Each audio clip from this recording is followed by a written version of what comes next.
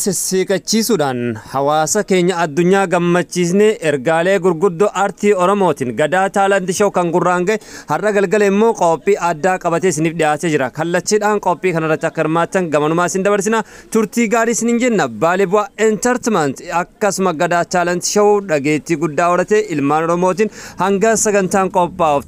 torbaanitti guyyaan laakkamaa dhufe. Maarreegaa guyyaan xumuraa isaa har'a irratti hirmaattanii akkan wajjin turtan isiniin jechuudha. Gamanuma ergaa dabarfannaa turtii gaarii gadaa talent show Baalee bu'aa entertainment YouTube channel irraa viidiyoolee ajaa'ibsiisoof dinqisiifannoo qaban wal dorgommii seena qabeessa kan of keessatti hammate irraa argachuu dandeessan turtii gaarii isiniin jenna.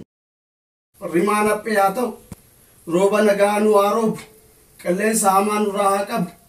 gadaan roobaa nagaya barri quufaa gabbisu toltu haa qabattu.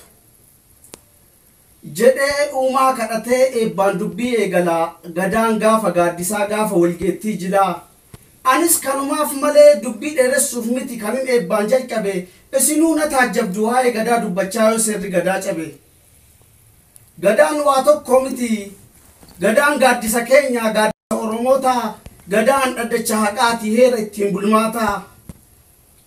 gadaan seeraa fi heera of ta'uun seera uumaati jedhee Oromoon kalee sirna ittiin wal bulchuu fi tumee irratti walii galee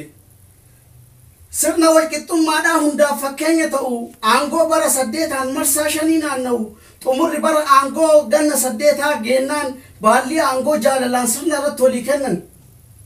wirtuu siyaas diinagdee amantiif hawaasummaa isa oromummaadhaaf ta'e faajjii eenyummaa bu'uura diimokiraasii kan dursee wixineesse hambaa seenaa ganamaati kan addunyaan galmeesse. Agarsiiftuu eenyummaa kan hangafarraa dhaalle isa ittiin of barre keessatti of ilaalle gadaan ayyaantummaadha. Ayyaantummaa ganamaa uumaan Oromoof hire isa saygan abaarsaa saygan eebbaan jijjiire kan eenyummaa ganamaa seenaaf isa funtikse guca gaararraa ta'e addunyaa guutuu ibse.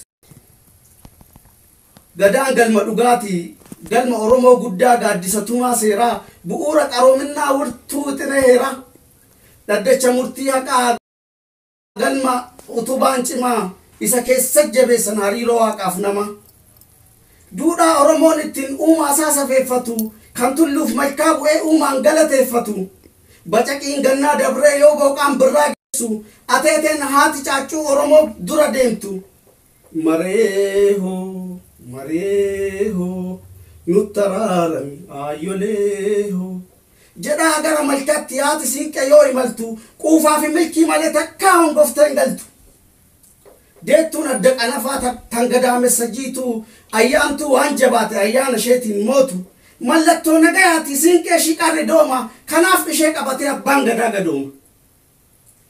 faajjii sirna abbaa gadaa mallattoo oromummaa qalloo caaccuuf kallacha irboora himuuf callee sirna gadaa dhaddacha burqaa haroo diriirtuu gaaddisa ardaa jilaa galma odaaf birbirsaa harbuu fi somboo jala sirna gaaddisa gumaaf jirte alangeen araaraa dirree kadhaaf galataa arreecha malkaaf gaara gaafa dhaddacha baallii guyyaa jila jillichaa sirna siinqeef marabbaa gaafa rakoof meedhichaa sirna ittiin Oromoon caasaa diriirtuu uumee odaa shanan jalatti heera ittiin bulutume caasaa caffee maambulaa hundeessee caasaa gadaa dhaddacha dikaa irraa diriirsee hanga odaa caasaa dhaddacha baalliif kan dhaddacha bahimaa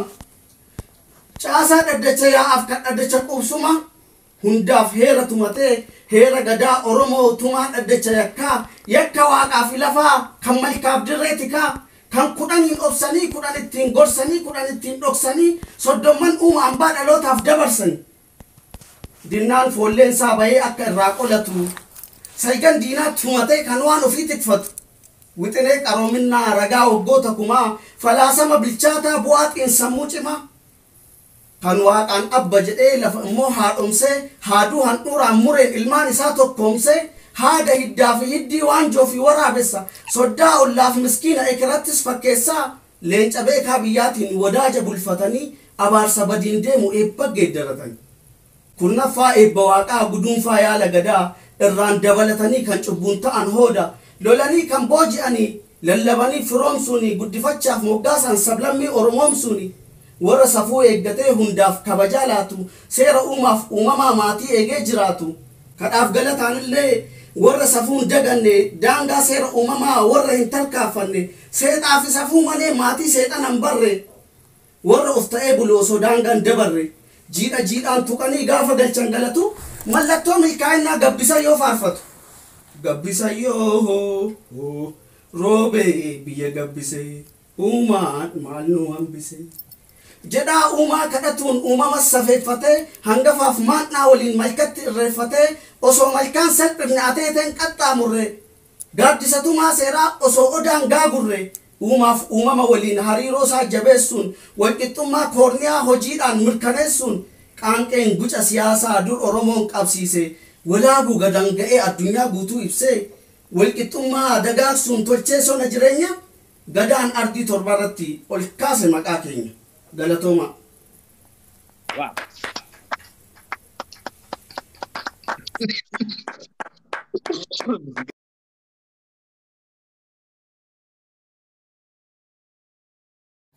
Eeyyanga sagantaa tamsaasaa kallattii waldorgommii seena qabeessa bara 2023 sababeeffachuudhaan Februaarii 25 kan geggeeffamaa jirudha. Waldorgommii seena qabeessa gulaallee xumuraatiif kan dorgomaa jiran ramaddii lammaffaa keessatti kan argamtu walleedhaan shamarree Hamaridha. Shamarreen Hamar wallee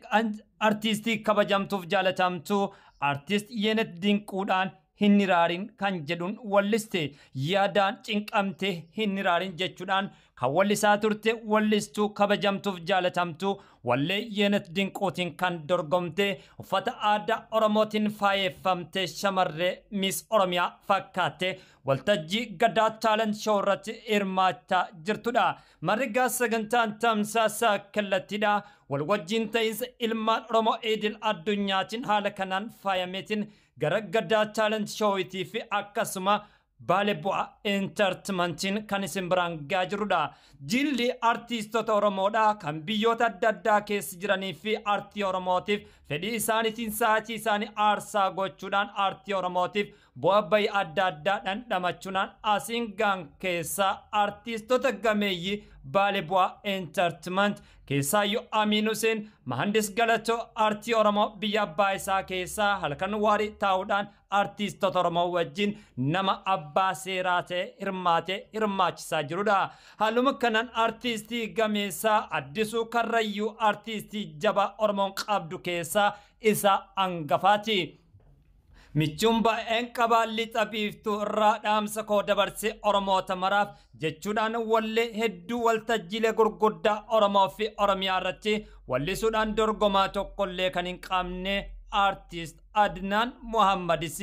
abbootii seeraa bu'aa bayii adda addaa dhandhamatanii wal dorgommii kanarratti aarsaa gurguddaa kafalaa turan keessaa isaan hangafaati. Marigaa artiistonni keenya galatoomaa isiniin jecha wal dorgommii seena qabeessa Baalee bu'aa entertainment YouTube channel irraa kan isin biraan gahaa jirru wal dorgommii gadaa talent show qopheessanidha. Marigaa ispoonsaroonni sadarkaa 1 2 3 jechuudhaan wal duraa duubaan miidhagina wal dorgommichaatiif hirmaattanii hirmaachisaa turtan ammas irra deebinee wayyoomaa ulfaadhaa isiniin jenna. Nutis gama sagaleetiin kan isin biraan gahaa jirru Jila madda walaabutti midha. Haaluma kanaan shamarreetiin gara teeknikaatii fi akkasuma barreeffamoota ergaa adda addaa qabaniin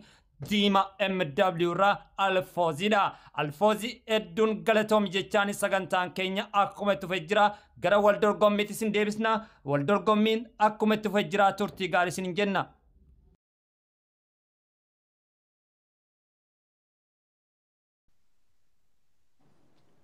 Hundaafuu an kabajaa isiif qabu ibsu barbaada. Maaliif nu kabajjee audensii isii deeggaraa ture uummata Oromoo hunda faamilii tiktokii hunda kabajjee dorgommii ji'oota dheeraa kana deemaa ture biyya Oromaa keessatti jettee bakka mijataan tuunta'iin keessatti jettee haga dhumaa ga'uun isii tokkoffaa fedhii qabaachuu isiiti. Lammaffaa immoo artistoota asirra jiraniif audensii asirra jiraniif uummata Oromootiif afaan Oromootiif seenaa Oromoo beekuudhaaf kabajaan isin qabdu isii irraa natti mul'ateera. Kana wanti isin irraa hubadhe jechuu danda'a.